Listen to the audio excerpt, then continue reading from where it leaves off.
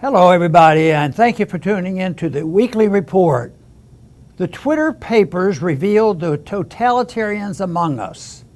I admit to being skeptical of Elon Musk as a free speech hero.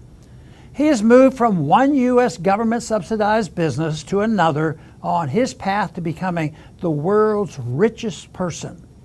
But there is no denying that his release of the Twitter papers this past weekend, which blew the lid off government manipulation of social media, has been a huge victory for those of us who value the First Amendment.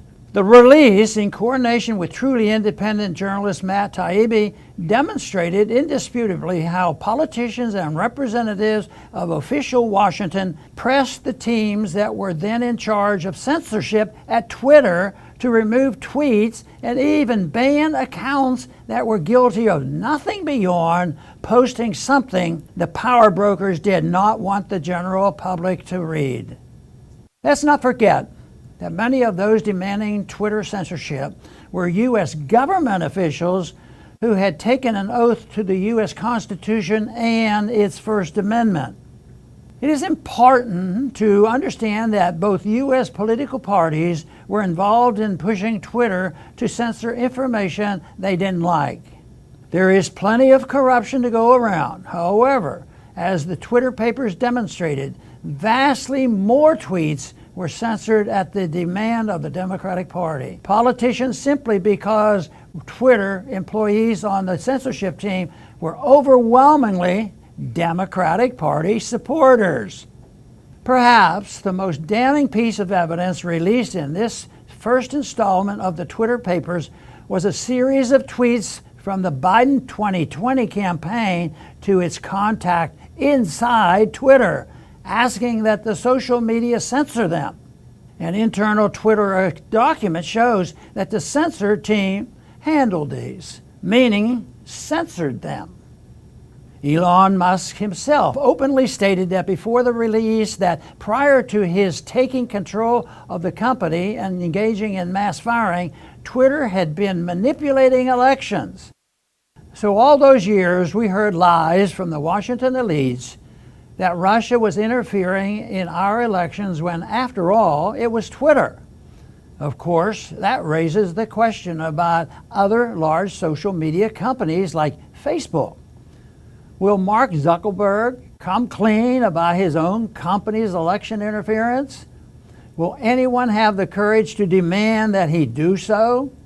How did they get away with all of this? As another truly independent journalist, Glenn Greenwald, pointed out on the Tucker Carlson show the night the Twitter papers were released, while it was once controversial for the CIA to attempt to manipulate what Americans consume in the mainstream media, nowadays these outlets openly hire former U.S. intelligence leaders and officers as news analysts.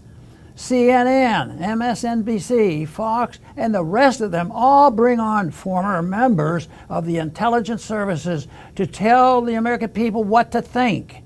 Big tech censorship is a critical tool of the national security state. Greenwald told Tucker, whenever anyone tries to do anything about it, these former people from the CIA and the Pentagon and the rest jump up and say, "We cannot allow you to restore free speech." This is a corruption scandal so massive that it is almost guaranteed to never be properly investigated. Government itself is among the most guilty, and we know government commissions are really about covering up rather than uncovering the crimes committed. But the truth is powerful. Some 58 years after the Warren Report whitewashed the assassination of President Kennedy, polls show that few Americans believe the official narrative. Truth is powerful, and we must always seek it. No amount of lies can withstand the disinfectant of truth. Thanks to Elon Musk for his courage, and we encourage him to continue. Thanks for listening.